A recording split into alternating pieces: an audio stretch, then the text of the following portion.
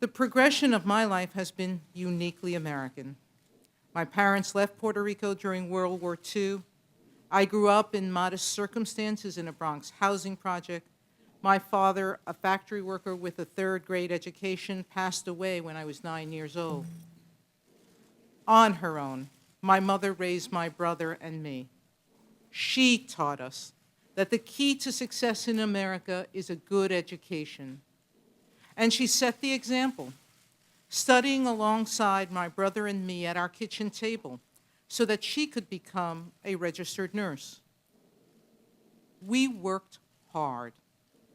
Our achievements are due to the values that we learned as children, and they have continued to guide my life's endeavors. I try to pass on this legacy by serving as a mentor and friend to my many godchildren and to students of all backgrounds. My career as a judge began when I was appointed by President George H.W. Bush to the United States District Court for the Southern District of New York. As a trial judge, I did decide over 450 cases and presided over dozens of trials, with perhaps my most famous case being the Major League Baseball strike in 1995.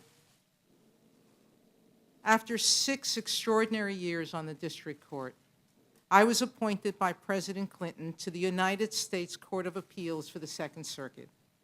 On that court, I have enjoyed the benefit of sharing ideas and perspectives with wonderful colleagues, as we have worked together to resolve the issues before us. I have now served as an appellate judge for over a decade, deciding a wide range of constitutional, statutory, and other legal questions. Throughout my 17 years on the bench, I have witnessed the human consequences of my decisions. Those decisions have not been made to serve the interests of any one litigant, but always to serve the larger interest of impartial justice.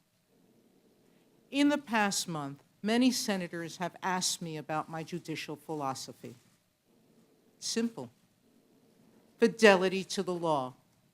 The task of a judge is not to make law, it is to apply the law. And it is clear, I believe, that my record in 2 courts reflects my rigorous commitment to interpreting the Constitution according to its terms, interpreting statutes according to their terms and Congress's intent, and hewing faithfully to precedents established by the Supreme Court and by my circuit court. In each case I have heard, I have applied the law to the facts at hand. The process of judging is enhanced when the arguments and concerns of the parties to the litigation are understood and acknowledged. That is why I generally structure my opinions by setting out what the law requires and then explaining why a contrary position, sympathetic or not, is accepted or rejected.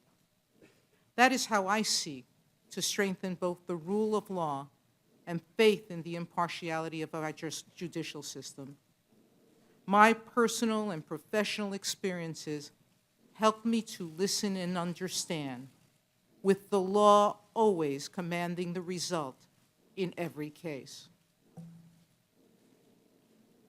Since President Obama announced my nomination in May, I have received letters from people all over this country. Many tell a unique story of hope in spite of struggles. Each letter has deeply touched me. Each reflects a dream, a belief in the dream that led my parents to come to New York all those years ago. It is our Constitution that makes that dream possible, and I now seek the honor of upholding the Constitution as a justice on the Supreme Court.